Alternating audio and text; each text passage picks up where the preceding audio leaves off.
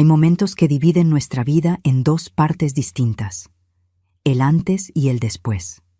Para mí, ese momento llegó en un segundo, en un ruido ensordecedor de metal retorcido, vidrio hecho añicos y sueños despedazados. Nunca imaginé que una simple curva en la carretera de tierra rojiza pudiera convertirse en el abismo que se tragó todo lo que yo conocía como amor. Aquella carretera, aquella maldita carretera que yo misma los animé a recorrer aquella noche. Si hubiera sabido que cada palabra mía los empujaba a la muerte, habría cosido mis labios con alambre de púas. El silencio habría sido menos doloroso que el peso de mis y sí que cargo desde hace 30 años. La mesa puesta, el pastel de cumpleaños con las 2 argollas de papel dorado encima, las servilletas dobladas con tanto cariño, todo permaneció intacto durante días. La fiesta que debería celebrar el amor se transformó en un altar de luto. ¿Cómo seguir respirando cuando el aire a tu alrededor se convierte en cenizas? ¿Cómo seguir caminando cuando tus pies se hunden en un suelo que ya no existe? Hola, mis queridos. Me llamo Nayeli, tengo 56 años y nací en Taxco, Guerrero, en 1969. Hoy voy a abrir mi corazón y compartir con ustedes una historia que marcó mi alma con cicatrices demasiado profundas para ser completamente curadas. Una historia sobre perderlo todo en un segundo y, aún así, encontrar fuerzas para seguir viviendo. No por mí, sino por quienes todavía podría amar. Crecí en una casa sencilla en las afueras de Taxco, de esas con piso de tierra apisonada que se volvía lodo en los días de lluvia. Nuestra casa era pequeña, un cuarto donde dormíamos todos juntos, mi padre Octavio, mi madre Guadalupe y yo, una cocina con estufa de leña que calentaba toda la casa en invierno y un patio donde mi madre cultivaba hierbas para té y remedios caseros. No teníamos baño dentro de casa.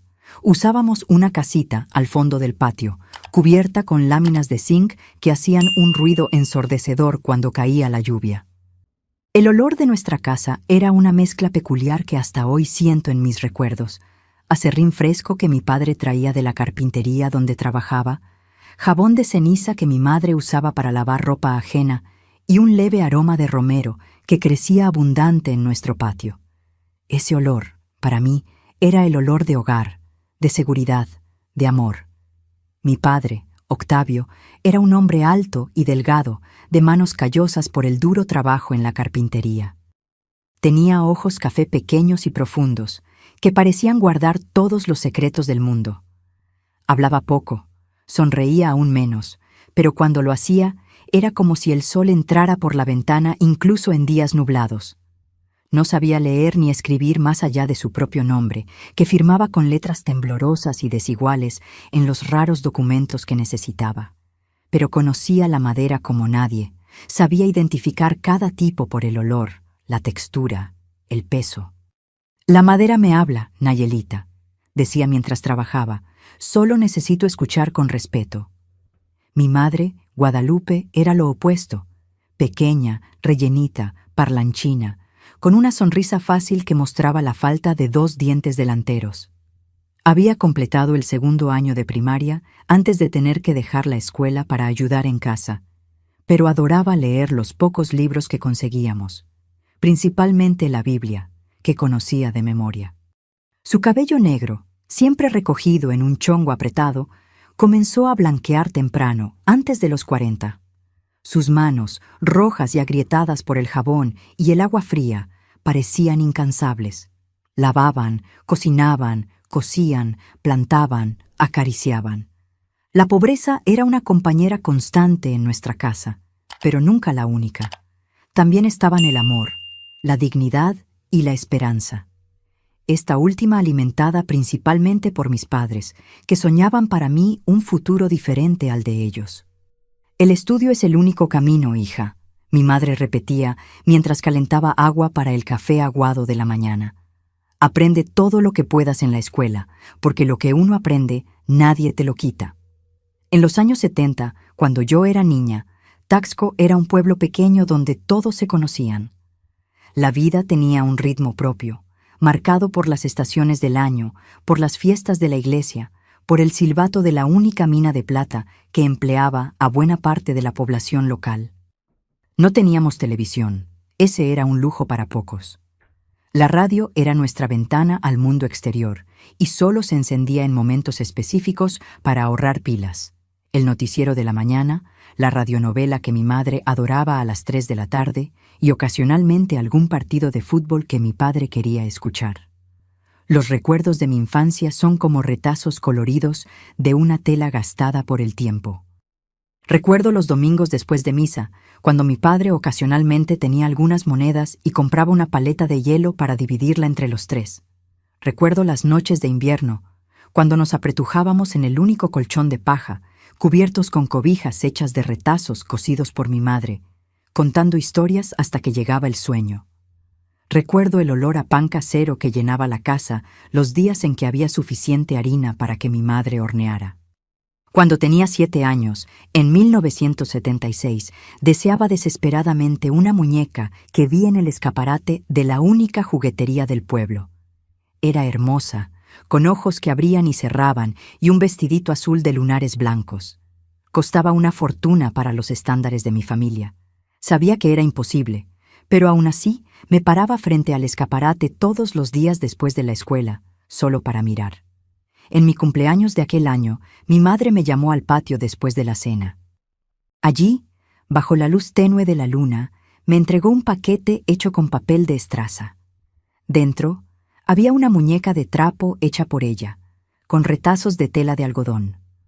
Los ojos eran 2 botones diferentes, uno negro, otro marrón. El cabello estaba hecho de lana amarilla deshilachada y el vestido, un pedazo de manta floreada que sobró del vestido que ella se hizo para sí misma en la Navidad anterior.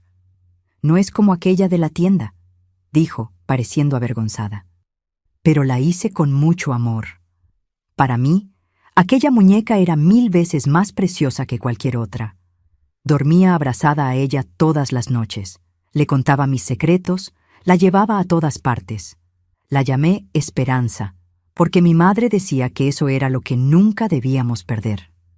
En la escuela, yo era una alumna aplicada, no por presión, sino porque veía en los ojos de mis padres el orgullo cuando traía buenas calificaciones, cuando la maestra elogiaba mi cuaderno limpio y ordenado. Estudiar era mi forma de retribuir el sacrificio de ellos, que trabajaban de sol a sol para que yo pudiera tener cuadernos, lápices, un uniforme remendado pero limpio. Mientras otros niños se quejaban de ir a la escuela, para mí era un privilegio, una oportunidad de escapar por algunas horas de la dura realidad y vislumbrar posibilidades diferentes. A los 14 años, en 1983, comencé a trabajar como niñera en la casa de doña Carmen, una maestra que vivía cerca de la escuela. Cuidaba de su hija pequeña, Margarita, mientras ella daba clases. El dinero que ganaba, aunque poco, ayudaba en casa y me permitía seguir estudiando. Fue doña Carmen quien me prestó los primeros libros más allá de los escolares, novelas simples, historias que me transportaban a otros mundos. Por la noche, después de que mis padres se dormían, leía bajo la luz tenue de la vela, viajando a lugares que jamás imaginé conocer. Fue en esa época que mi sueño de ser maestra comenzó a formarse. Veía en doña Carmen una figura casi mágica, una mujer que, a pesar de venir de origen humilde como el mío, había logrado estudiar, tener su propia casa, sus libros, su independencia.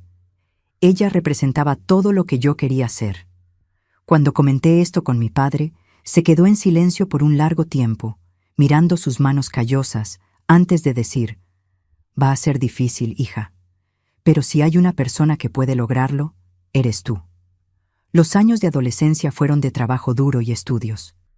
Mientras otras chicas de mi edad comenzaban a arreglarse para fiestas, a tener novio, yo dividía mi tiempo entre la escuela, el trabajo como niñera y las tareas domésticas. No me resentía, entendía que era el camino necesario para alcanzar algo mejor.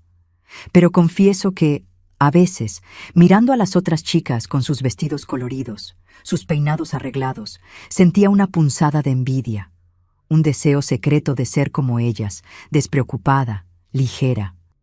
Cuando terminé la secundaria en 1987, a los 18 años, conseguí un empleo como dependienta en la única farmacia del pueblo. El salario era mejor que el de niñera y el horario me permitía seguir estudiando por la noche, ahora en la preparatoria. Fue en esa farmacia donde conocí a Armando, un muchacho de 22 años que trabajaba como chofer de camión para una empresa de materiales de construcción y siempre paraba para comprar medicinas para el dolor de cabeza. Armando era diferente de los otros muchachos de Taxco. Tenía un modo callado, observador.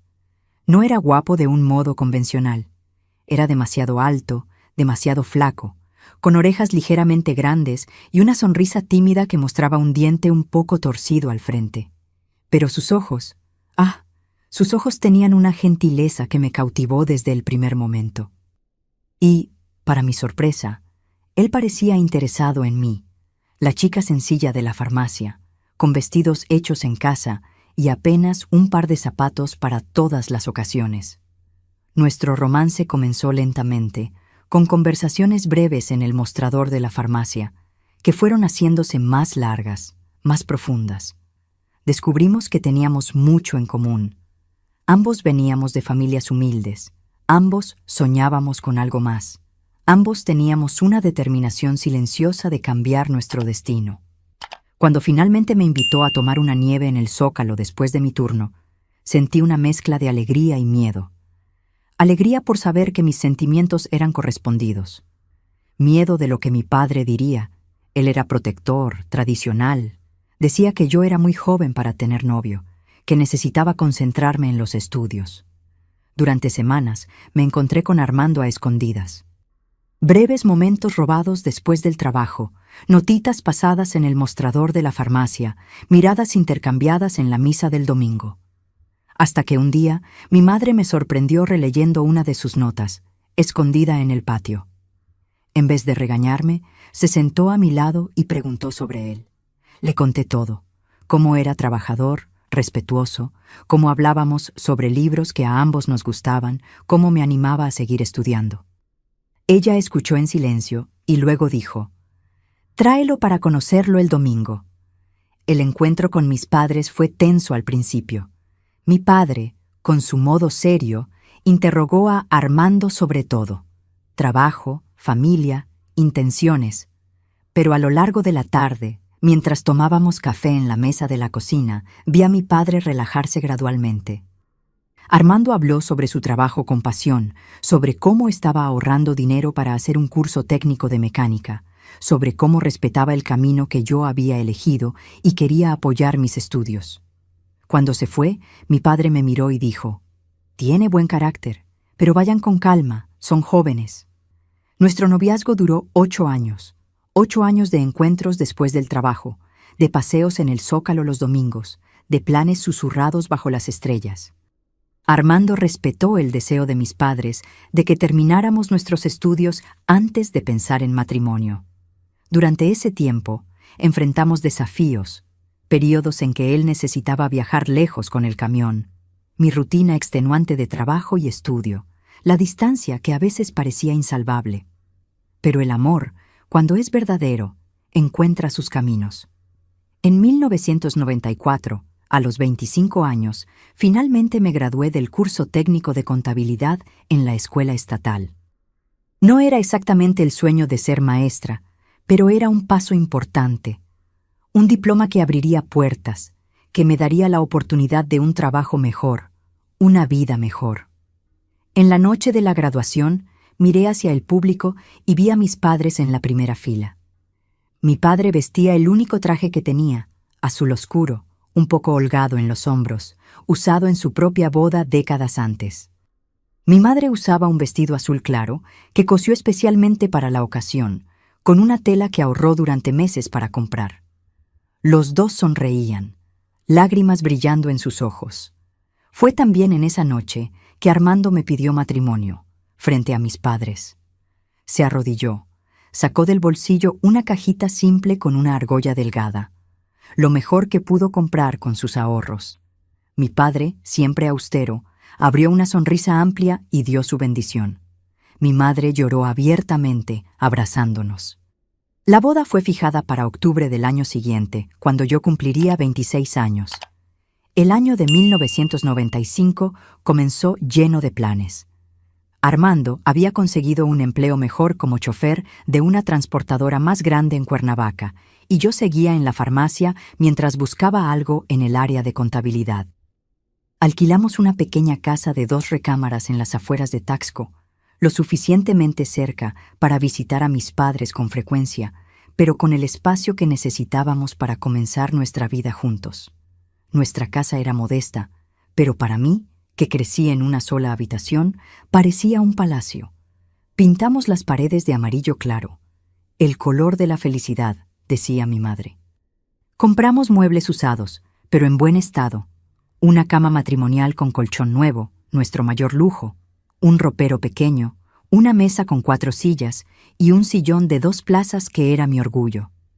Poco a poco, transformamos aquel espacio vacío en un hogar, con cortinas cosidas por mi madre, un mantel bordado que recibí como regalo de doña Carmen, macetas con plantas que cultivé en el pequeño patio. La boda se realizó en mayo, en la parroquia de Santa Prisca de Taxco, con pocos invitados, solo familiares cercanos y algunos amigos queridos. Mi vestido fue prestado de una prima que se había casado el año anterior. Era sencillo, de satén blanco, un poco holgado en la cintura, pero mi madre lo ajustó con habilidad, añadiendo algunas flores de ganchillo que ella misma hizo para disimular las costuras. No tuvimos fiesta, solo una comida sencilla en la casa de mis padres, con mole poblano preparado por mi madre y un pastel confitado que compramos de doña Soledad, la mejor repostera del pueblo. Nuestra vida de recién casados era simple pero feliz. Nos levantábamos temprano, desayunábamos juntos, muchas veces solo pan con mantequilla y café negro, y salíamos a trabajar. Por la noche, compartíamos las historias del día, planeábamos nuestro futuro, soñábamos despiertos. Los fines de semana, visitábamos a mis padres, ayudábamos en las tareas más pesadas que ellos ya no podían hacer solos. Comíamos juntos bajo la sombra del aguacate en el patio. Fue en agosto de aquel año que tuve la idea de hacer una fiesta sorpresa para mis padres. El aniversario de su boda sería en octubre. 30 años de unión, 3 décadas de amor, lucha y sacrificio. Quería retribuir un poco de todo lo que habían hecho por mí, mostrar que su inversión en mí, tanto financiera como emocional, había valido la pena. Empezaba a ganar mejor en la farmacia. Armando había recibido un aumento en el nuevo empleo. Por primera vez, podíamos pensar en gastar en algo más allá de lo esencial. Planeé todo en secreto, contando solo con Armando. Ahorramos por meses, guardando un poco del salario aquí, otro allá. Invité a los pocos amigos de mis padres, algunos vecinos antiguos y a los pocos parientes que vivían en pueblos cercanos. Alquilé el salón parroquial de la iglesia, que tenía un precio accesible y quedaba cerca de su casa. Encargué un pastel grande, más elaborado que cualquiera que ellos hubieran tenido, con cobertura de chantilly y fresas encima. Compré refrescos, cervezas para los hombres, un vino barato pero especial para el brindis. Planeé cada detalle con cariño, las canciones de los años 60 que tanto les gustaban, las fotografías antiguas que reuní para decorar las mesas, incluso un pequeño regalo que compré a escondidas, un radiorreloj nuevo, ya que el de ellos se había descompuesto hacía meses. La fecha elegida fue el 14 de octubre de 1995, un sábado. La fiesta estaba marcada para las 7 de la noche. El plan era simple. Les diría que Armando y yo los llevaríamos a cenar fuera, una pequeña celebración por su aniversario de bodas. En vez de eso, los llevaríamos al salón parroquial, donde todos estarían esperando para sorprenderlos. Recuerdo cada detalle de aquel día como si fuera ayer. Me desperté temprano, ansiosa, nerviosa, emocionada. Pasé toda la mañana preparando los últimos detalles, envolviendo el regalo con un papel colorido que compré especialmente, ayudando a doña Soledad a transportar el pastel al salón, arreglando las mesas con los manteles blancos prestados de la iglesia, decorando el espacio con flores silvestres que recogí en la orilla del camino. A las 5 de la tarde, todo estaba listo. El salón, generalmente austero y simple, se había transformado en un espacio acogedor, con mesas colocadas en círculo, flores coloridas en jarrones improvisados, globos blancos y plateados colgados del techo. El pastel ocupaba el centro de una mesa especial, decorado con 2 argollas hechas de papel dorado encima. Mi corazón rebosaba de alegría al imaginar la expresión de sorpresa en el rostro de mis padres cuando vieran todo aquello. A las 6 fui a casa de ellos, como habíamos acordado. Mi madre estaba terminando de arreglarse, vistiendo su mejor vestido, azul marino con lunares blancos, un modelo sencillo que ella había cosido hacía años, pero que guardaba para ocasiones especiales.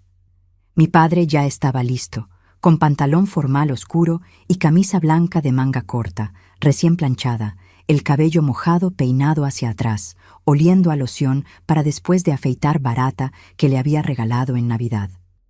«No tenían que molestarse, hija», dijo mi madre, ajustando el collar de perlas falsas.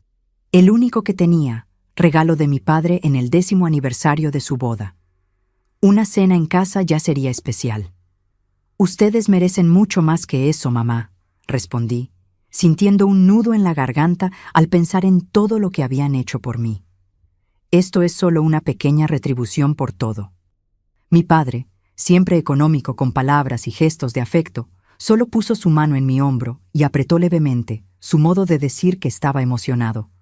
Les dije que Armando vendría a recogernos en su bocho. Había salido a comprar más hielo para la fiesta, pero llegaría a las 6:30 para llevarnos. A las 6:40, Armando aún no había llegado. Comencé a ponerme ansiosa, mirando repetidamente el reloj de pared de la sala, una pieza antigua que había sido de mi abuelo. «Debe haber tenido algún contratiempo», dijo mi madre tranquila. «Tal vez el coche, ya sabes cómo son de temperamentales estos bochos». A las 7, mi ansiedad se había transformado en preocupación. No era propio de Armando llegar tarde, especialmente en una ocasión tan importante. Intenté disimular, hablando sobre cosas triviales, pero mis padres notaron que algo andaba mal. «¿Por qué no nos vamos de una vez?», sugirió mi padre. «Nuestro bocho está en el garage y yo puedo manejar. Armando puede ir directo al restaurante cuando resuelva lo que tenga que resolver». Dudé. El plan era que todos llegaran al salón antes que ellos. Si fuéramos juntos, la sorpresa se arruinaría. Por otro lado, los invitados ya deberían estar esperando desde hacía al menos media hora. «Vamos a darle 15 minutos más», pedí. «Si no llega, vamos en su coche». Fueron los 15 minutos más largos de mi vida. Con cada coche que pasaba por la calle, mi corazón se aceleraba, pensando que era Armando. Con cada minuto que la manecilla del reloj avanzaba, mi preocupación aumentaba. No era solo por la fiesta. Comenzaba a temer que algo le hubiera pasado a mi esposo. A las 7:15, tomamos la decisión. Iríamos en el bocho 73 azul marino de mi padre, el único bien material de valor que poseía, comprado usado después de 15 años ahorrando. A pesar de la edad, él mantenía el coche impecable, encerado, con el interior siempre limpio, el motor bien cuidado. «Hija, pareces nerviosa», comentó mi madre mientras caminábamos hacia el garage. «¿Está todo bien?» «Solo preocupada por Armando», mentí, tratando de sonreír. «Debe haber sido solo un contratiempo». Mi padre arrancó el coche. El motor falló 1, 2 veces, antes de encender con ese ruido característico de los bochos.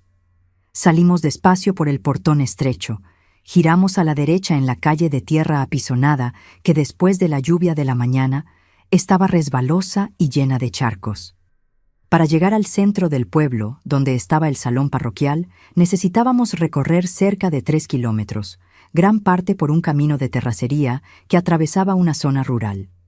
Era el camino que mi padre hacía todos los días para ir al trabajo, una ruta que conocía como la palma de su mano.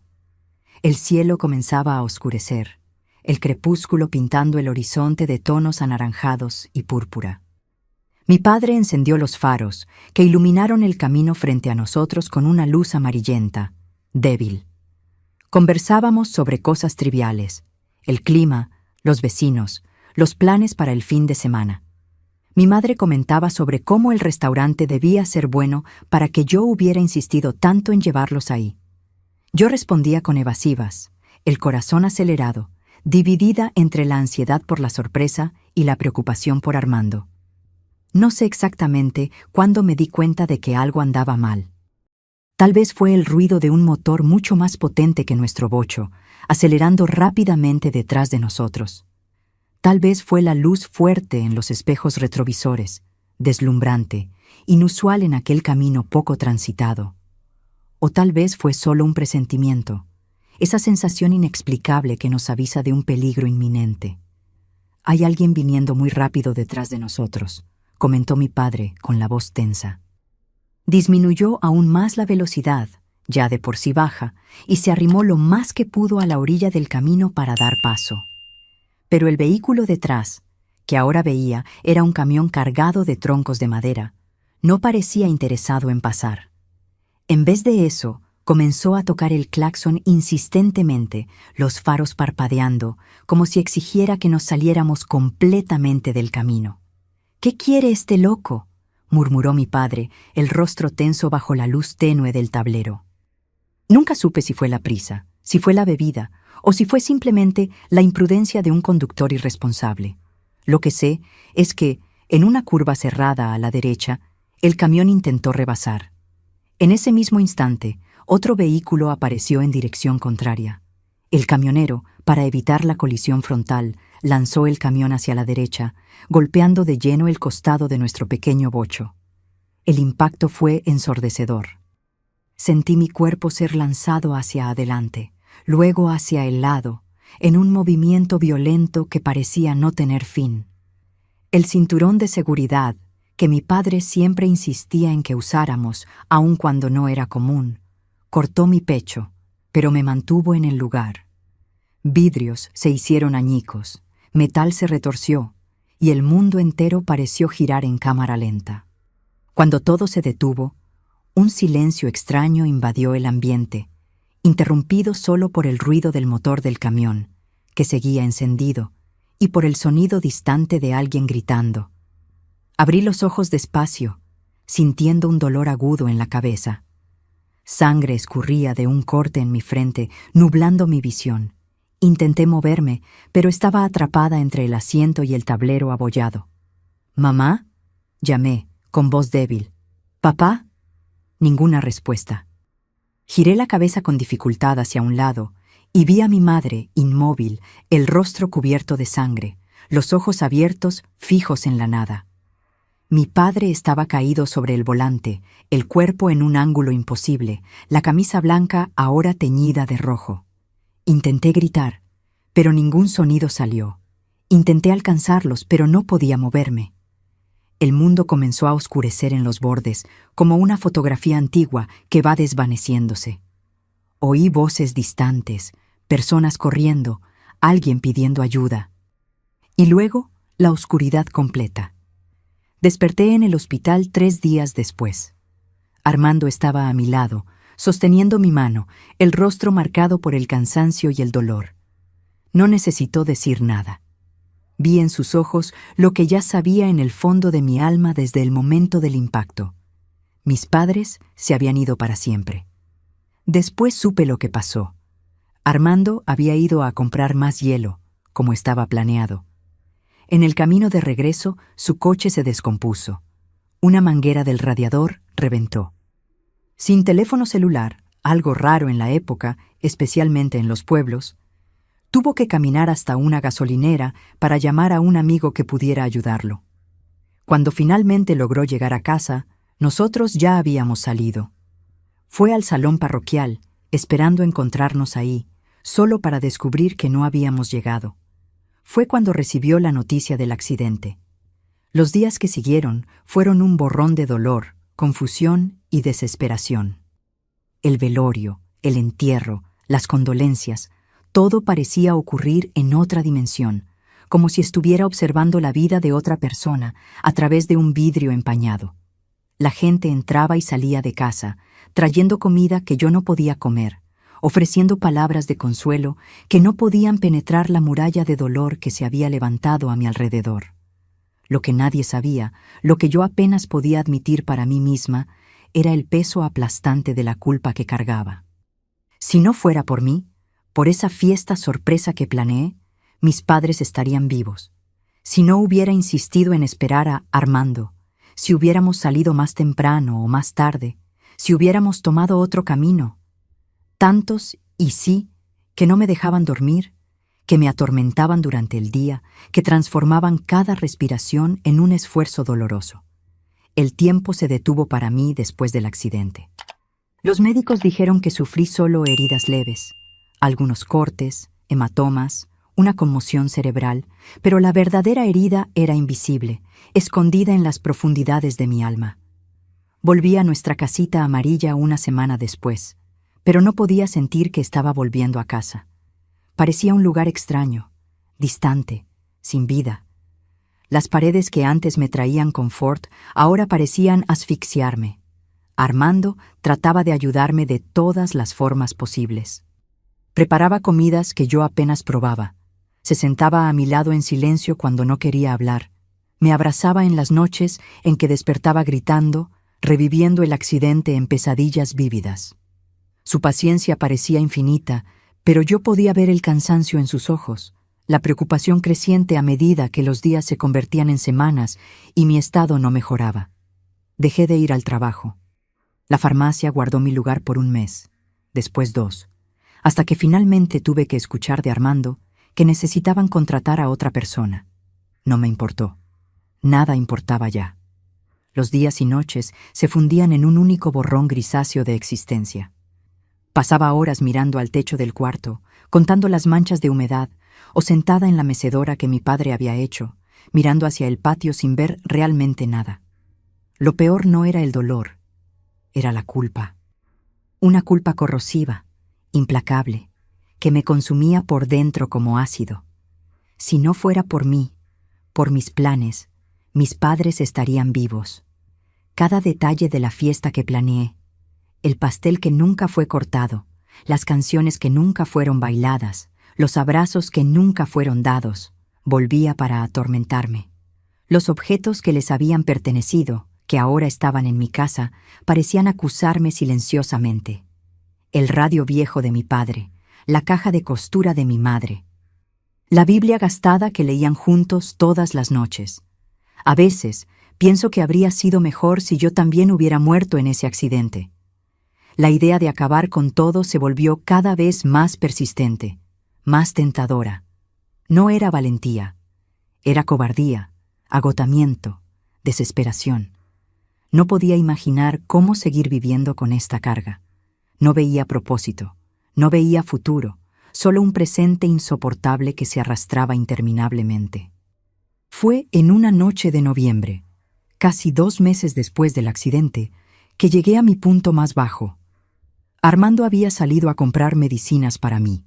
Tenía fiebre desde hacía días, negándome a ir al médico. Sola en casa, encontré una caja de pastillas para dormir en el botiquín del baño. Me senté en la cama, las pastillas en la palma de mi mano, mirándolas como si fueran la única solución posible. Al lado de la cama, en un gesto inconsciente, había colocado la muñeca de trapo que mi madre había hecho tantos años atrás.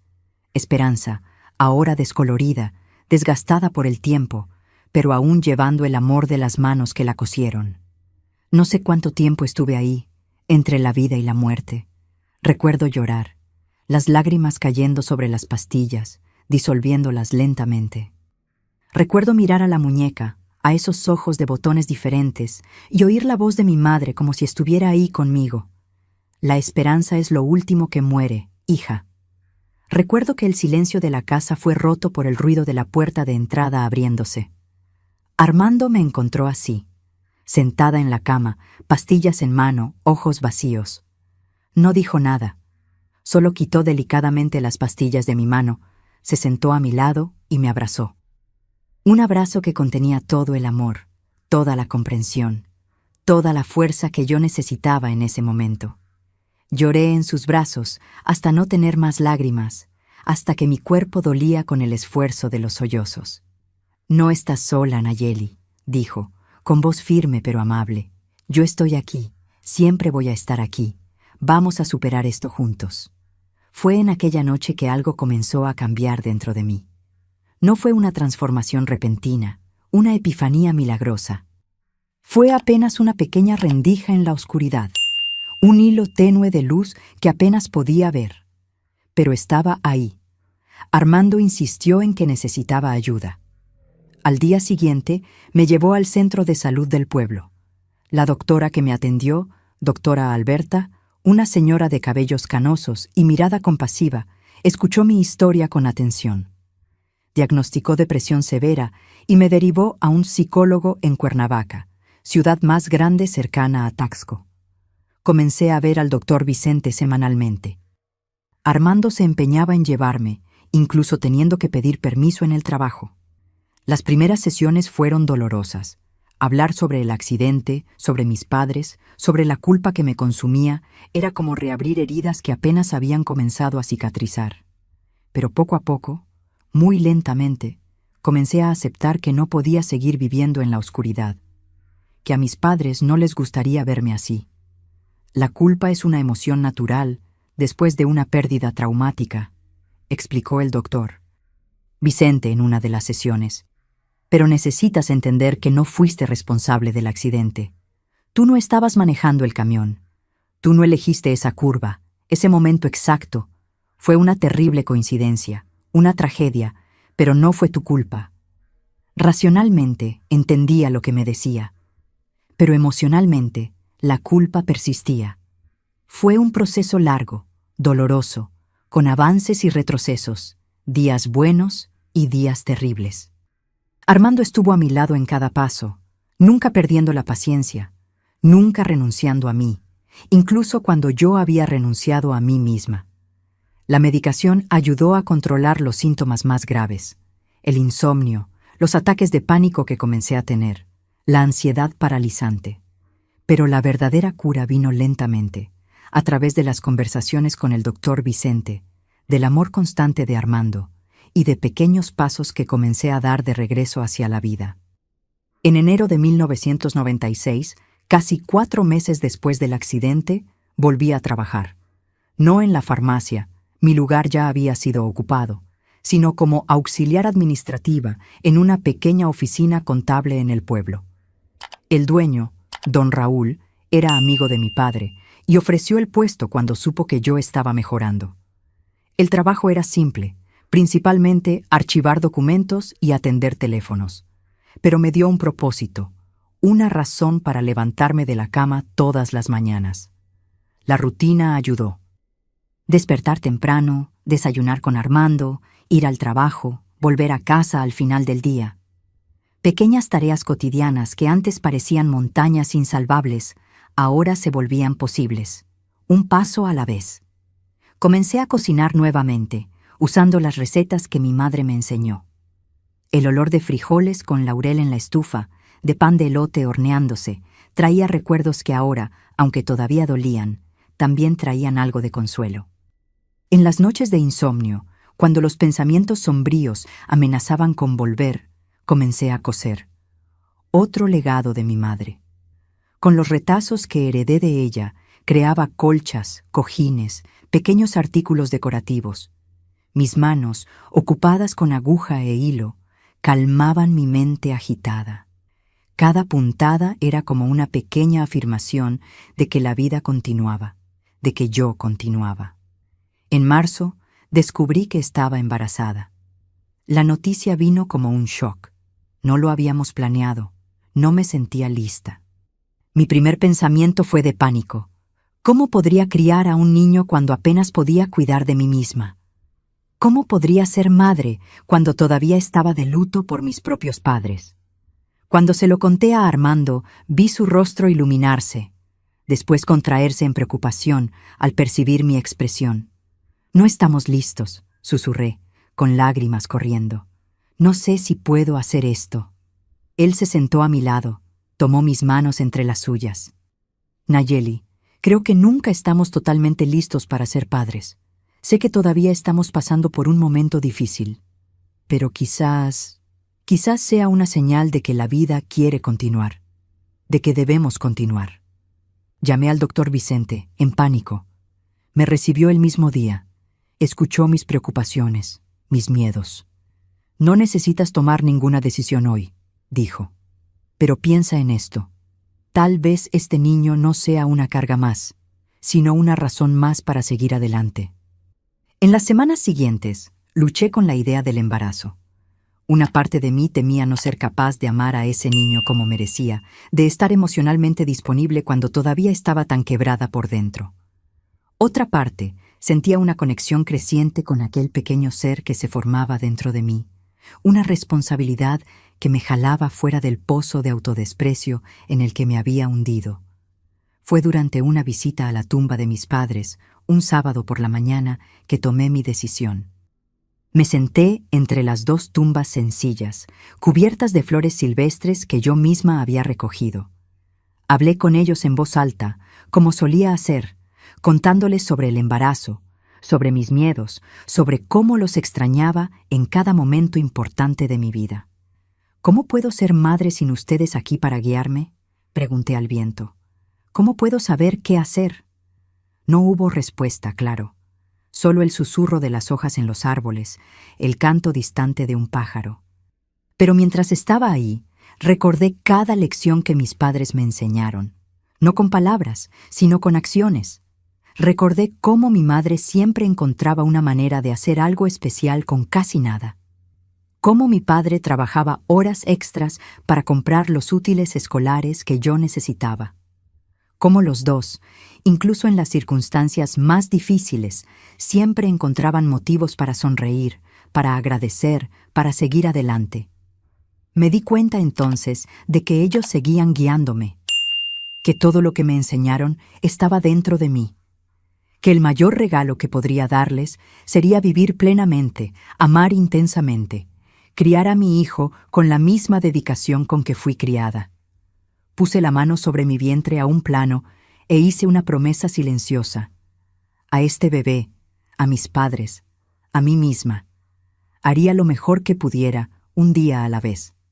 El resto del embarazo fue un período de transformación, no solo física, sino emocional y espiritual. Mi cuerpo cambiaba, crecía, se adaptaba para albergar una nueva vida, y mi alma parecía hacer lo mismo, expandiéndose más allá del dolor, encontrando espacio para nuevas posibilidades, nuevos sentimientos. La terapia siguió siendo fundamental en este proceso, así como el apoyo inquebrantable de Armando y de algunas amigas que reaparecieron en mi vida. Margarita, hija de doña Carmen, que también estaba embarazada; Josefina, antigua vecina que había perdido a su marido años antes y conocía bien el camino del duelo. En diciembre de 1996 nació nuestra hija, Guadalupe, nombre elegido en homenaje a mi madre.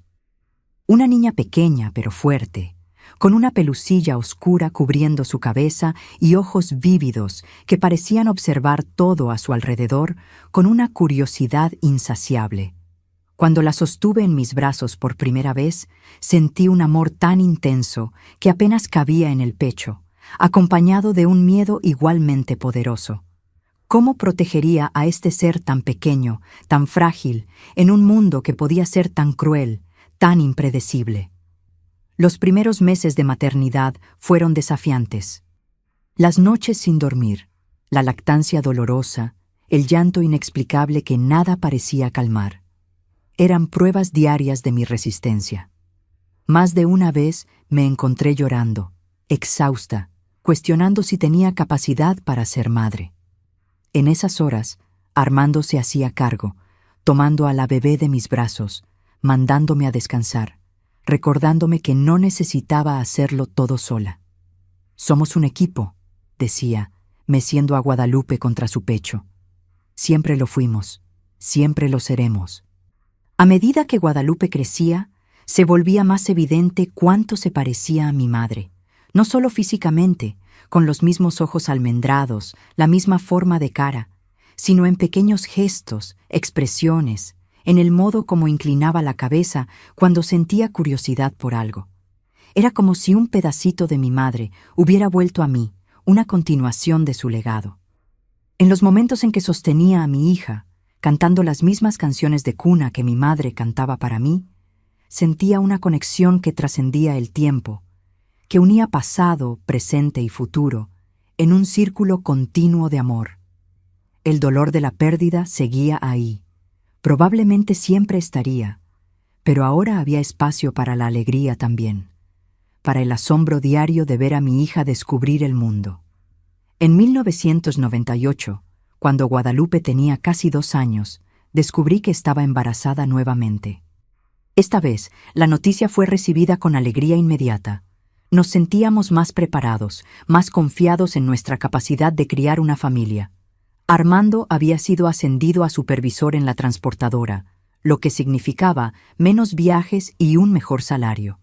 Yo seguía en la oficina de contabilidad, ahora con más responsabilidades, aplicando en la práctica lo que había aprendido en el curso técnico.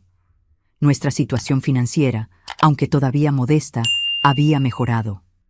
Conseguimos hacer pequeñas reformas en la casa, un cuarto extra para los niños, una ampliación de la cocina, un baño interior para reemplazar la casita del patio. Cada mejora era celebrada como un gran logro, un paso adelante en la construcción de nuestra vida juntos. En octubre de aquel año nació nuestro hijo, Octavio, homenaje a mi padre, un niño robusto, de mejillas rechonchas y mirada seria que recordaba tanto al abuelo que nunca conoció. Cuando el médico lo puso en mis brazos, no pude evitar sonreír entre lágrimas, imaginando cómo mi padre habría estado orgulloso de este pequeño tocayo. La vida con 2 hijos pequeños era una carrera constante, un equilibrio diario entre trabajo, casa, maternidad. No había tiempo para seguir dándole vueltas al pasado, para hundirse en la tristeza. Era levantarse antes del sol, preparar biberones, cambiar pañales, ir a trabajar, volver corriendo a casa, bañarlos, contar cuentos, caer exhausta en la cama solo para recomenzar todo al día siguiente. Pero había una satisfacción profunda en esa rutina, una sensación de propósito que hacía mucho no sentía.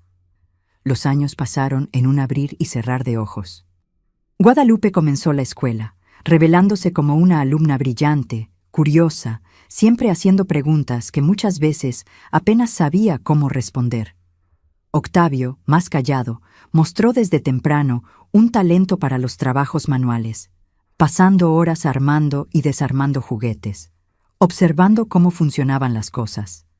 Ellos llenaban nuestra casa con risas, peleas ocasionales, energía inagotable. En 2001, cuando Guadalupe tenía 5 años y Octavio 3, tuvimos una sorpresa. Estaba embarazada nuevamente. No habíamos planeado un tercer hijo. Nuestra casa ya parecía demasiado pequeña, nuestras vidas demasiado ocupadas. Pero recibimos la noticia con la certeza de que, de algún modo, nos las arreglaríamos. Nuestra pequeña, Carmen, nació en diciembre de aquel año. Una niña pequeña pero determinada que desde los primeros días dejaba claro que no sería opacada por sus hermanos mayores. Completó nuestra familia de una forma que no sabíamos que necesitábamos, trayendo aún más amor, aún más caos, aún más vida a nuestra casa. Los desafíos, claro, eran constantes. Hubo periodos difíciles, cuando Armando quedó desempleado por 6 meses después de que la transportadora cerrara, cuando Octavio tuvo neumonía a los 4 años y necesitó ser hospitalizado, cuando yo misma pasé por una recaída de la depresión después del nacimiento de Carmen. Pero enfrentamos cada obstáculo juntos, como familia, encontrando fuerzas los unos en los otros. Las memorias de mis padres permanecían vivas en nuestra casa. Les hablaba de ellos con frecuencia a los niños, mostrándoles las pocas fotografías que teníamos, contando historias de mi infancia, transmitiendo los valores y lecciones que me habían enseñado. En fechas especiales, cumpleaños, Navidad, el aniversario del accidente, todavía sentía aquella punzada de dolor, aquel vacío que nunca sería completamente llenado. Pero el dolor ahora venía acompañado de gratitud por los años que tuvimos juntos, por el amor que me dieron, por todo lo que me enseñaron. A medida que los niños crecían, se volvía más fácil ver el legado de mis padres en ellos. Guadalupe tenía la determinación de mi madre, su habilidad para encontrar soluciones creativas a problemas prácticos. Octavio había heredado la paciencia de mi padre, su capacidad de trabajar con las manos, su integridad silenciosa.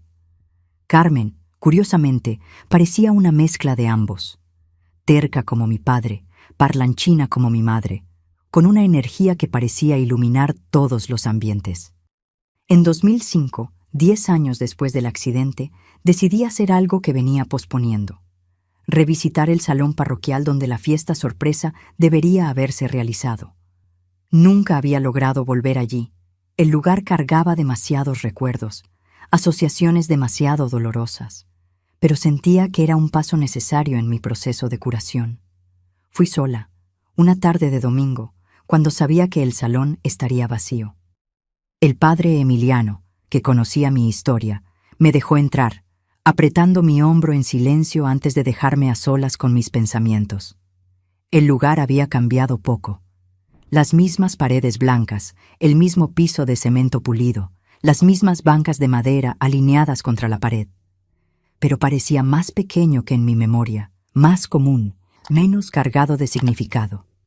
Me senté en una de las bancas y cerré los ojos, recordando aquel día, el entusiasmo, la ansiedad, la alegría anticipada que sentía mientras arreglaba las mesas, colgaba los globos, preparaba todo para la llegada de mis padres. Por un momento, el dolor volvió, agudo como siempre, la sensación de pérdida tan intensa como el primer día. Pero entonces escuché voces de niños jugando en el patio de la iglesia, risas llevadas por el viento, y algo se movió dentro de mí.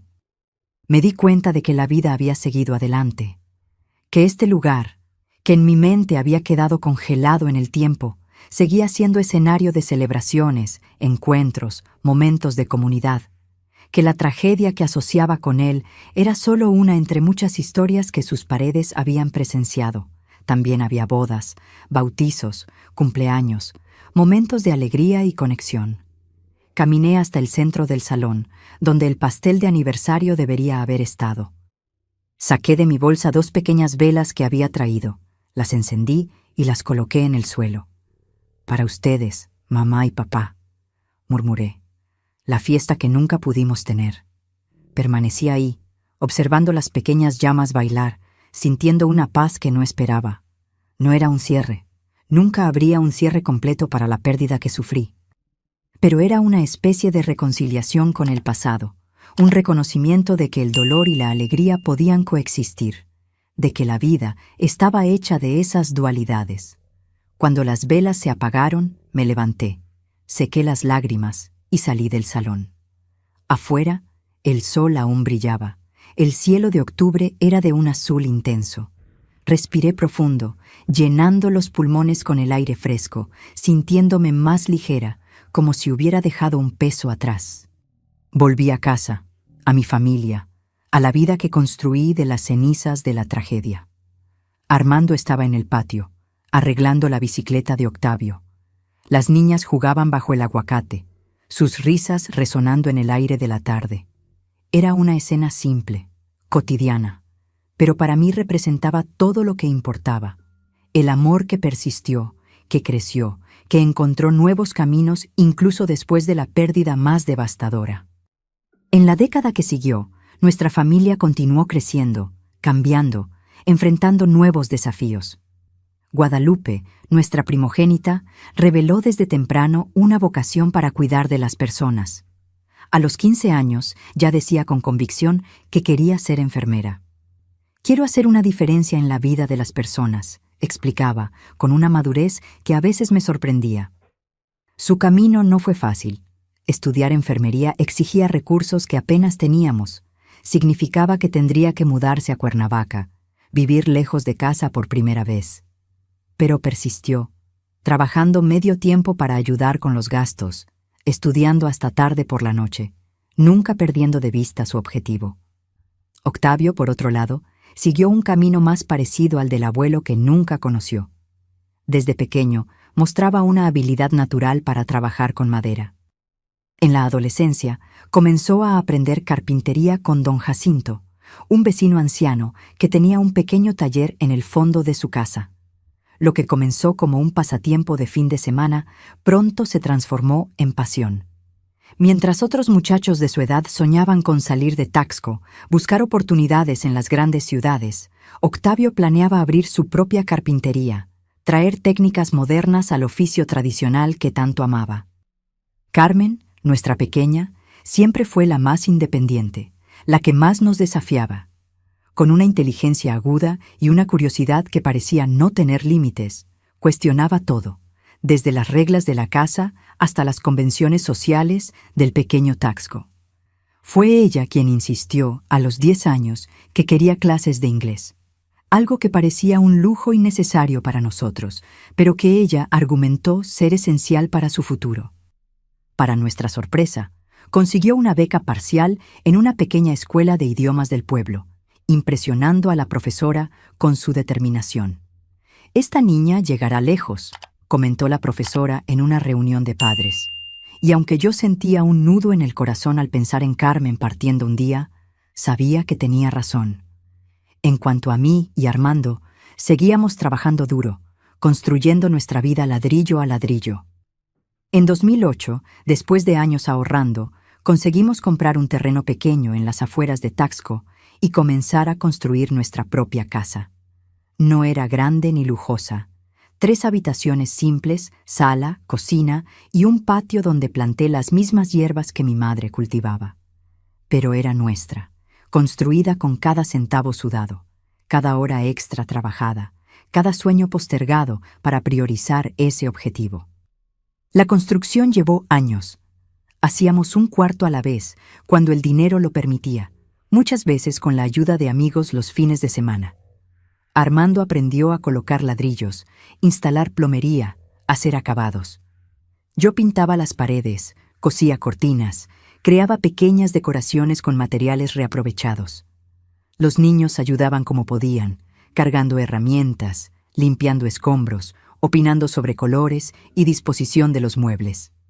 En 2011, finalmente nos mudamos a la casa nueva. No estaba completamente terminada. Faltaban detalles de acabado, uno de los cuartos aún estaba en obra negra, el área externa necesitaba ser organizada. Pero era nuestra casa, construida con nuestras propias manos, un testimonio de nuestra perseverancia. En la primera noche, sentados en la sala todavía casi vacía, Armando abrió una botella de vino barato que habíamos guardado para la ocasión. Brindamos bajo la luz de velas. La instalación eléctrica aún no estaba completa en todos los cuartos. Los rostros de nuestros hijos iluminados por el orgullo. «Lo logramos», dijo Armando, su voz quebrada por la emoción. «Juntos». En ese momento, mirando a mi familia reunida, a nuestra casa modesta pero conquistada con tanto esfuerzo, sentí una ola de gratitud tan intensa que casi me derribó. Gratitud por la vida que habíamos construido de las cenizas de la tragedia. Gratitud por Armando, que permaneció a mi lado en los momentos más oscuros. Gratitud por mis hijos, que me dieron razones para continuar cuando todo lo que quería era rendirme. Y de un modo que solo quien ha perdido a alguien querido puede entender, gratitud por mis padres, por el amor que me dieron, por los valores que me enseñaron, por el ejemplo que me mostraron de cómo enfrentar las dificultades con dignidad. En 2015, Guadalupe se graduó en enfermería. La ceremonia fue en Cuernavaca, en un auditorio grande lleno de familias orgullosas. Nos vestimos con nuestras mejores ropas. Yo con un vestido azul que había cosido especialmente para la ocasión, Armando con un traje que casi nunca usaba, Octavio y Carmen elegantes e incómodos en ropas formales. Cuando el nombre de Guadalupe fue llamado y ella subió al escenario para recibir el diploma, no pude contener las lágrimas. Pensé en mis padres, en cómo habrían estado orgullosos de este momento, de la nieta graduada, la primera de la familia con educación superior. Después de la ceremonia, mientras comíamos en una fonda sencilla en las cercanías, el restaurante que habíamos planeado era demasiado caro para nuestro presupuesto. Guadalupe tomó mi mano por encima de la mesa. «Gracias, mamá», dijo, los ojos brillando. «Por todo. Sé cuánto sacrificio hicieron para que yo pudiera estar aquí hoy». «Tus abuelos estarían tan orgullosos», respondí, la voz temblorosa. «Ellos siempre creyeron en el poder de la educación. aún sin haber tenido la oportunidad de estudiar. Lo sé, sonrió apretando mi mano. Me has hablado tanto de ellos que a veces siento como si los conociera, como si estuvieran aquí con nosotros. Y de alguna forma lo estaban. En los valores que transmitimos a nuestros hijos, en las historias que contábamos, en las pequeñas tradiciones que manteníamos. El pan de elote los domingos, las oraciones antes de dormir, la celebración de las pequeñas victorias. La vida de ellos continuaba a través de nosotros, un legado no de bienes materiales, sino de amor, coraje y resiliencia. En los años que siguieron, nuestra familia continuó evolucionando. Octavio abrió su propia carpintería, pequeña pero prometedora, combinando las técnicas tradicionales aprendidas con don Jacinto con procesos más modernos.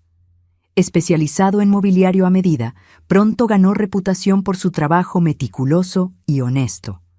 Carmen, siempre la más ambiciosa, consiguió una beca para estudiar pedagogía en Ciudad de México, la capital del país, tan diferente del tranquilo Taxco. Aunque me preocupaba por ella sola en la capital, sabía que necesitaba seguir su camino. En 2018, Guadalupe nos dio otra alegría. Anunció que estaba comprometida con Leonardo, un médico que conoció en el hospital donde trabajaba. En el mismo año, Octavio comenzó a salir con Alba, hija de un proveedor de madera. Nuestra familia se expandía, ganaba nuevos contornos, nuevas posibilidades. La boda de Guadalupe, en 2019, fue sencilla pero hermosa, en la misma parroquia de Santa Prisca donde Armando y yo nos habíamos casado tantos años antes. Ayudé a decorar el altar con flores silvestres, las mismas que solía recoger con mi madre. Cosí pequeños detalles del vestido de novia, no el vestido entero, que estaba más allá de mis habilidades, pero las aplicaciones de encaje, el velo, detalles que hacían la pieza única, personal. En la recepción, realizada en el salón de la iglesia, sí, el mismo salón que cargaba tantos recuerdos dolorosos para mí, encontré una especie de redención. Ver aquel espacio transformado para celebrar el amor, la unión, el inicio de una nueva familia, trajo una sensación de ciclo completo.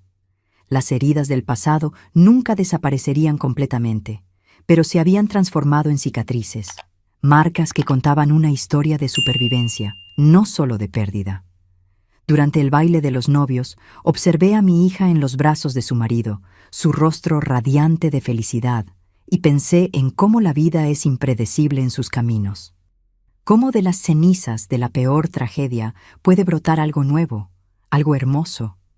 Cómo el tiempo no cura todas las heridas, no completamente, pero nos enseña a vivir con ellas, a integrarlas a nuestra historia. Armando se acercó, poniendo su brazo alrededor de mi cintura. «¿En qué estás pensando?», preguntó, observando mi mirada distante. «En cómo llegamos hasta aquí», respondí. «En todo lo que pasamos». Él asintió, entendiendo sin que yo necesitara explicar más. Después de tantos años juntos, nuestras almas habían desarrollado un lenguaje propio, un entendimiento que trascendía palabras. Tomó mi mano, entrelazando sus dedos con los míos. «¿Bailamos?», invitó, una sonrisa tímida en su rostro. Y bailamos, bajo las mismas luces, en el mismo salón donde, años antes, habíamos planeado una celebración que nunca ocurrió. Había algo profundamente simbólico en aquel momento, como si de alguna forma aquella fiesta interrumpida finalmente pudiera realizarse, transformada por el tiempo y las circunstancias, pero cargando la misma esencia de amor y conexión.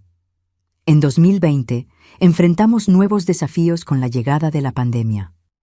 El aislamiento forzado, la preocupación constante, especialmente con Guadalupe trabajando en primera línea como enfermera, trajeron a la superficie miedos antiguos, ansiedades que pensé haber superado. Volví a tener pesadillas con el accidente. Despertaba sudada, el corazón acelerado, temiendo por la seguridad de mis hijos en este mundo súbitamente aún más peligroso e impredecible. Pero nuevamente, encontramos fuerza en la unión familiar. Comenzamos a comunicarnos mediante videollamadas diarias con los hijos que vivían lejos. Armando, siempre práctico, adaptó nuestra rutina a las nuevas circunstancias, creando pequeños rituales que traían confort y estabilidad. El desayuno en la terraza para aprovechar el sol, las caminatas al atardecer por el patio, las noches dedicadas a recuperar juegos de mesa olvidados. Durante ese periodo, comencé a escribir un diario. No algo ambicioso, solo reflexiones diarias, memorias que no quería perder, pensamientos que necesitaban encontrar expresión. En las páginas de aquel cuaderno sencillo, revisité mi trayecto, desde la niña que creció en una habitación única en Taxco hasta la mujer, ahora con más de 50 años, que había sobrevivido a la pérdida más devastadora y aún así había encontrado motivos para continuar. Escribí sobre mis padres, no solo sobre su muerte, sino sobre su vida, sobre quiénes eran, sobre el legado que dejaron. Escribí sobre el accidente, sobre los días oscuros que siguieron, sobre los momentos en que casi me rendí. Escribí sobre Armando, sobre cómo su amor tranquilo y constante había sido mi ancla, mi puerto seguro, cuando todo lo demás parecía derrumbarse. Escribí sobre mis hijos, sobre el milagro diario de verlos crecer, desarrollarse, convertirse en adultos con sus propios sueños y luchas. El acto de escribir se volvió terapéutico. No borraba el dolor, no cambiaba el pasado, pero ayudaba a organizarlo, a encontrar sentido en eventos que parecían tan aleatorios, tan crueles en su arbitrariedad. Cada página llenada era como un pequeño acto de resistencia contra el olvido, contra la idea de que el sufrimiento no tiene propósito. En una de las entradas, escribí: el dolor nunca desaparece completamente. Hay días en que todavía duele respirar, en que todavía despierto esperando oír la voz de mi madre, la risa de mi padre. Pero aprendí que el dolor puede coexistir con la alegría, que es posible sentir nostalgia y gratitud al mismo tiempo, que amar profundamente significa, inevitablemente, arriesgarse a perder profundamente también, y que ese riesgo vale la pena, cada segundo de él. Cuando la pandemia finalmente comenzó a ceder, en 2021, percibí que había cambiado nuevamente.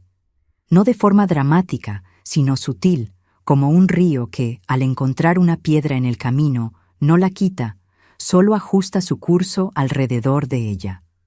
La experiencia me dejó más consciente de la fragilidad de la vida, de la importancia de valorar cada momento, cada conexión.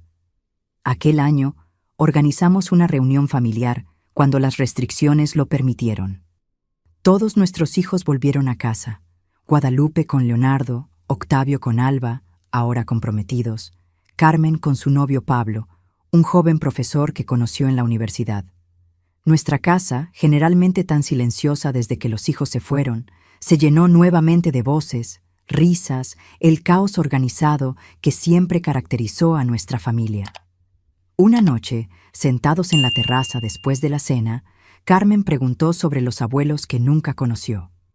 No era la primera vez que hablábamos de ellos, pero había una nueva profundidad en su curiosidad, tal vez fruto de la madurez que los años de universidad le habían traído. ¿Cómo lo conseguiste, mamá?, preguntó, su voz suave en la penumbra. ¿Cómo encontraste fuerzas para continuar después del accidente? Reflexioné por un momento antes de responder, mirando a Armando, que asintió alentadoramente. No fue de una vez, respondí finalmente. Fue un paso a la vez, un día a la vez. Al principio, continué simplemente porque no veía alternativa. Tu padre no me dejaría rendirme. Después, cuando tú y tus hermanos llegaron, continué por ustedes. Y luego, poco a poco, aprendí a continuar por mí misma también. ¿Todavía los extrañas?, Octavio preguntó, su voz normalmente firme ahora quebrada por la emoción. Todos los días, admití. Hay momentos en que algo sucede, una canción en la radio, un olor específico, cierta calidad de luz, y la nostalgia es tan intensa que parece física. Pero con el tiempo, aprendí que la nostalgia es solo el otro lado del amor, que extrañar tanto a alguien es un privilegio, porque significa que tuve a alguien que merecía ser amado así. Guadalupe, siempre la más emotiva, Tenía lágrimas en los ojos. «Me gustaría haberlos conocido», dijo. «Ustedes los conocen», respondí, mirando a cada uno de ellos. En la fuerza que tienen para enfrentar desafíos, en el compromiso con sus valores, en la capacidad de amar a pesar de los riesgos. Ustedes llevan un poco de ellos. La sangre de ellos corre por sus venas. Los valores de ellos moldearon su crianza. Nos quedamos en silencio por un momento, cada uno absorbiendo estas palabras. Entonces Leonardo, siempre pragmático, preguntó: «¿Tiene algún arrepentimiento, doña Nayeli?» La pregunta me tomó desprevenida. ¿Arrepentirme? Había tantas posibilidades. ¿Arrepentirme de haber planeado aquella fiesta? ¿De haber esperado por Armando en vez de salir más temprano? ¿De no haber insistido en manejar yo misma en lugar de mi padre? Pero al reflexionar más profundamente, me di cuenta de que el arrepentimiento era un lujo que no podía darme. Cada elección que hice, cada decisión tomada, incluso las que resultaron en consecuencias devastadoras, formaba parte del tapiz complejo de mi vida. Cambiar un hilo significaría alterar todo el patrón. «No es exactamente arrepentimiento», respondí finalmente. «Es más un deseo de que las cosas pudieran haber sido diferentes, que mis padres hubieran vivido para conocerlos, para ver la familia que construimos, que hubieran tenido la oportunidad de envejecer juntos, como siempre soñaron. Pero si estoy arrepentida de mis acciones, no. Hice lo que creí mejor con el conocimiento que tenía en aquel momento. Es todo lo que cualquiera de nosotros puede hacer».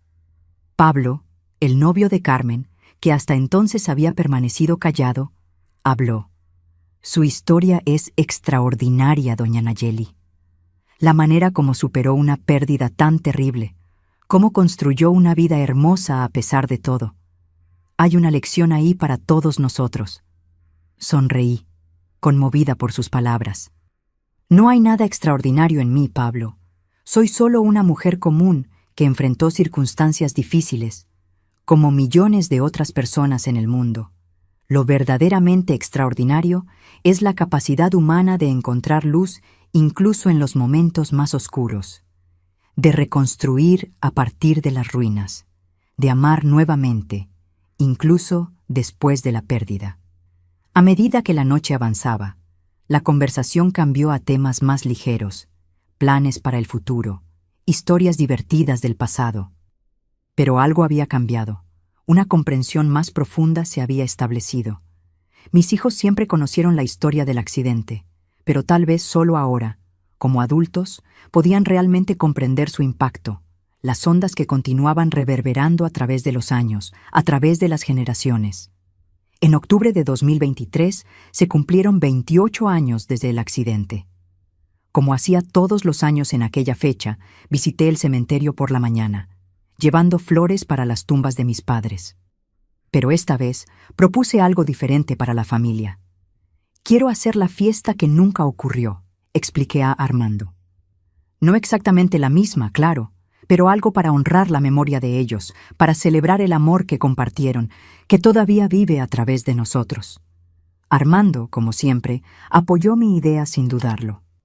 Juntos, planeamos una comida sencilla para la familia extendida, nuestros hijos y sus parejas, algunos amigos cercanos que habían conocido a mis padres, vecinos antiguos que todavía los recordaban. Elegimos un domingo de cielo despejado. Pusimos mesas en el patio bajo la sombra de los árboles que plantamos años atrás. Preparé las recetas favoritas de mis padres. Los frijoles charros que mi madre hacía los domingos, el dulce de calabaza con coco que mi padre adoraba. Coloqué fotografías antiguas en pequeños portarretratos esparcidos por las mesas. Pedí a Octavio que hiciera 2 pequeños bancos de madera, similares a los que mi padre solía hacer, para ser entregados como recuerdos a los invitados. La fiesta no fue grandiosa ni lujosa, pero fue genuina, llena de memorias compartidas, historias contadas, risas y algunas lágrimas. Cuando todos estaban reunidos, levanté mi copa para un brindis. «Por Octavio y Guadalupe», dije, mi voz firme a pesar de la emoción. Mis padres, que me enseñaron sobre amor incondicional, sobre dignidad ante las dificultades, sobre encontrar alegría en las cosas más simples. Ellos no están aquí físicamente, pero están presentes en cada uno de nosotros, en los valores que compartimos, en las historias que contamos, en el amor que nos une. Esta fiesta es para ellos, pero también para nosotros, una celebración de la vida que continúa, del amor que persiste más allá de la muerte. Al mirar alrededor, a los rostros emocionados de mi familia, de los amigos que nos acompañaron a lo largo de los años, sentí una paz que había buscado durante tanto tiempo. El dolor de la pérdida nunca desaparecería completamente. Era parte de mí, así como el amor que sentía por mis padres, pero había aprendido a cargar ese dolor con dignidad, a transformarlo en algo que me fortaleció en vez de destruirme. En medio de las celebraciones, encontré un momento para estar sola en el rincón del patio donde había plantado 2 rosales, uno rojo para mi padre, uno blanco para mi madre. Estaban florecidos, sus pétalos abriéndose completamente bajo el sol de octubre. Lo logramos, papá, mamá, susurré a las rosas, al cielo, al viento. No fue fácil, no fue el camino que imaginamos, pero llegamos hasta aquí. Y ustedes están con nosotros, siempre lo estuvieron. Una brisa suave pasó, agitando levemente los pétalos de las rosas. Tal vez fuera solo el viento, o tal vez, como prefiero creer, fuera una respuesta, una señal de que, de alguna manera, ellos escucharon. Hoy, a los 56 años, miro el camino recorrido con una mezcla de admiración y humildad. No por haber hecho algo extraordinario, sino por haber sobrevivido, por haber encontrado razones para continuar cuando todo parecía perdido. Por haber construido una vida que, a pesar de sus imperfecciones y desafíos, es rica en amor, en conexiones, en momentos de alegría auténtica. La casa que Armando y yo construimos no es lujosa, pero es un verdadero hogar, impregnado de memorias, de historias, del amor que compartimos. Nuestros hijos siguieron sus propios caminos, construyendo sus vidas con los valores que intentamos transmitir. Guadalupe, ahora enfermera experimentada, espera su primer hijo para el próximo año, la continuación del linaje, una nueva generación que llevará un poco de los abuelos que nunca conocerá. Octavio expandió su carpintería, contratando 2 ayudantes, creando piezas que combinan funcionalidad y belleza con el mismo cuidado que mi padre dedicaba a su trabajo.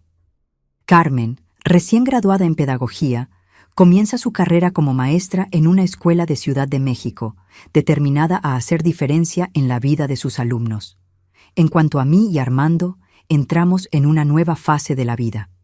Con los hijos crecidos, tenemos más tiempo el uno para el otro, para redescubrir intereses que quedaron en segundo plano durante los años de crianza, para simplemente estar juntos sin las presiones constantes del día a día. Continúo trabajando en la oficina contable, ahora como gerente. Armando, a los 61 años, piensa en jubilarse el próximo año de la empresa de transportes, donde trabajó toda su vida. En los momentos de silencio, cuando la casa está vacía y el único sonido es el reloj en la pared, todavía siento la presencia de mis padres. No de forma aterradora o sobrenatural, sino como una sensación reconfortante de continuidad, de conexión con algo mayor que trasciende el tiempo, que une pasado, presente y futuro en una única narrativa coherente. El dolor de la pérdida nunca desaparece completamente. Hay días, cumpleaños, días festivos, momentos especiales, en que la ausencia de ellos se hace sentir de forma más aguda, en que me encuentro imaginando cómo sería tenerlos a mi lado, conociendo a mis hijos, envejeciendo juntos, compartiendo las alegrías y dificultades de la vida. En esos momentos, todavía lloro, todavía siento aquel nudo en el pecho que nunca se va completamente. Pero también hay una gratitud profunda por haber tenido padres tan amorosos, aunque por un tiempo más corto de lo que quisiera. Por haber sido amada incondicionalmente, por haber aprendido valores que sostuvieron mi vida en los momentos más difíciles, por haber tenido a Armando a mi lado, mi compañero, mi apoyo, mi amor. Por mis hijos, que trajeron luz cuando todo parecía demasiado oscuro. Si pudiera dar un consejo a alguien pasando por una pérdida similar, sería este: respira, un día a la vez. El dolor no se va de la noche a la mañana, y está bien. Permítete sentir, permítete llorar, permítete recordar. Pero también permítete vivir nuevamente cuando estés listo. Porque la vida, a pesar de todas sus imperfecciones, todavía tiene mucho que ofrecer. Mi historia no es extraordinaria. Es solo una entre millones de historias de personas que enfrentaron la adversidad y encontraron fuerzas para continuar. Lo que tal vez sea extraordinario es la capacidad humana de resistir, de adaptarse, de encontrar significado incluso en las circunstancias más dolorosas, de transformar tragedia en crecimiento, luto en gratitud, fin en nuevo comienzo. La fiesta que planeé con tanto cariño para mis padres nunca ocurrió de la forma que imaginé. El pastel nunca fue cortado, las canciones nunca fueron bailadas, los abrazos nunca fueron intercambiados.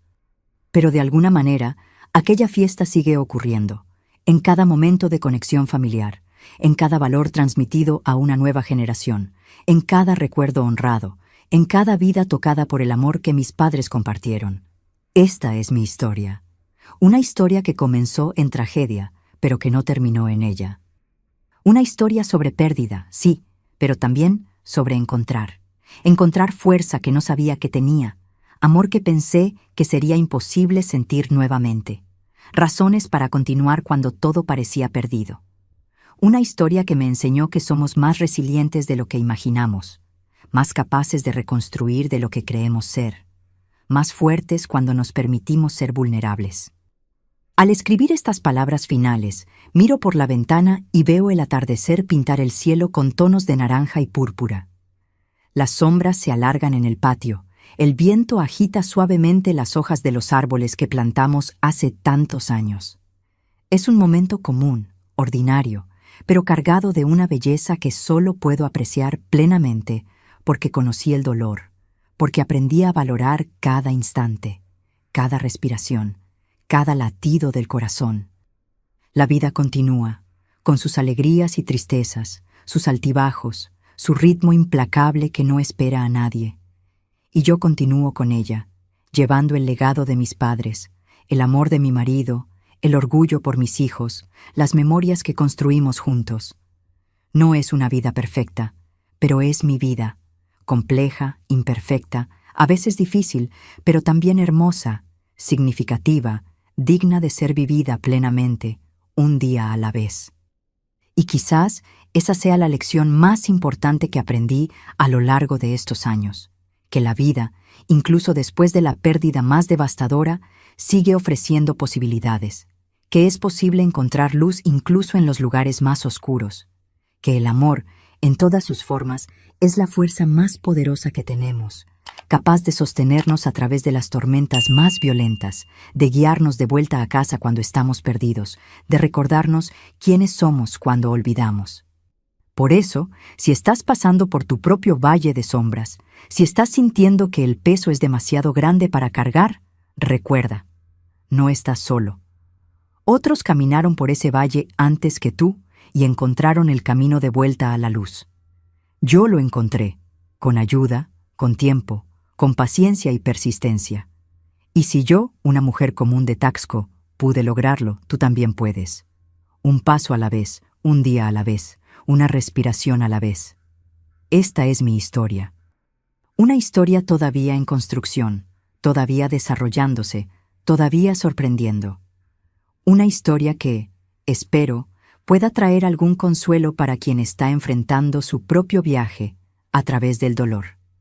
Porque si hay algo que aprendí con certeza, es que nuestras historias, cuando son compartidas con honestidad y vulnerabilidad, tienen el poder de conectar, de sanar, de recordar que ninguno de nosotros camina solo en esta jornada llamada vida.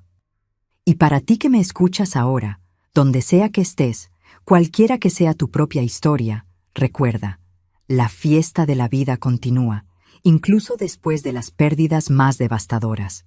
Y tú mereces un lugar en la mesa, mereces sentir la música, mereces abrazar y ser abrazado, Mereces celebrar cada momento precioso que te sea concedido, porque al final, de eso se trata la vida. No solo de sobrevivir a las tormentas, sino de bailar en la lluvia cuando finalmente se transforma en llovizna suave.